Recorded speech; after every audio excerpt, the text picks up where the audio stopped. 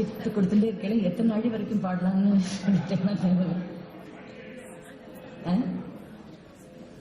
ஒன்னு ரெண்டு பாடுமா? ஒன்னு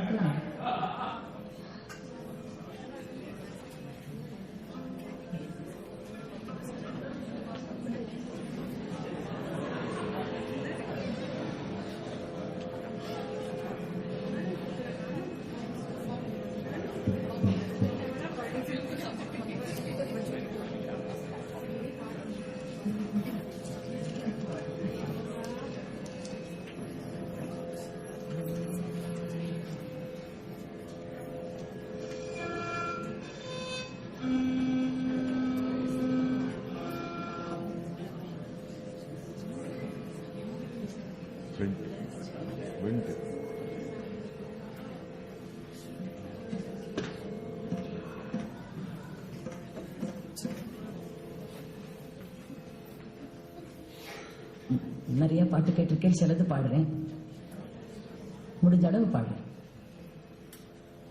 நீங்க எல்லாரும் ரொம்ப விரும்பி கேட்ட நிறைய சொல்லியிருக்கிற பாட்டு வந்து குழந்தைகளுக்கான உள்ள பாட்டு. ஆனா நிறைய பெரியவா தான் கேட்டிருக்கேன் அந்த பாட்டை.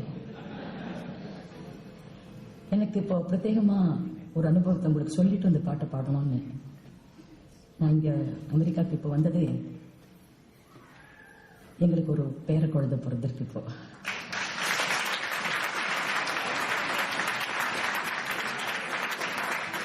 அது இந்த குழந்தைக்கு இப்பதான் 1 வாரம் வயசாகுது. இப்பதான் 1 வாரம் முன்னாடி பிறந்தது. அதை விட்டுட்டு இன்னைக்கு 24 மணி நேரம் இங்க இருக்கிறதே எனக்கு மனசெல்லாம் அங்க இருக்கு. ஆனா இதுல ஒண்ணு என்ன தெரிஞ்சுட்டேன்னா, இந்தியால வந்து நம்ம குழந்தைகள் எல்லாம் வளர்த்துடுறோம், நம்ம வளர்த்தோம்னு வேற நினைச்சுக்கிறோம், சொல்லிக்கிறோம். இந்தியாவில குழந்தைகள் வளர்க்கறது கஷ்டமே இல்லை. ஏன்னா மாமனார் மாமியார் அம்மா அப்பா மாமா மாமின்னு அத்தனை பேர் இருப்பா. ஸ்கூலுக்கு கொண்டு போய் விடுறதுக்கு ஒருத்தர், பஸ் வரும், மனுஷா இருந்துட்டே இருப்பா. இங்க இந்த 1 வாரமா வீடு படுற பாட பார்த்தாக்க உங்க அத்தனை பேருக்கும் ஒரு நமஸ்காரம்.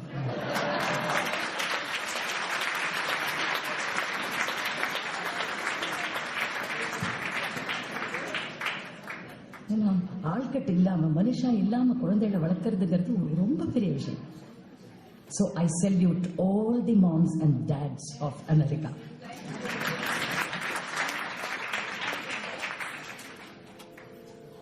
சொல்லிட்டு இந்த பாட்டு பாடு.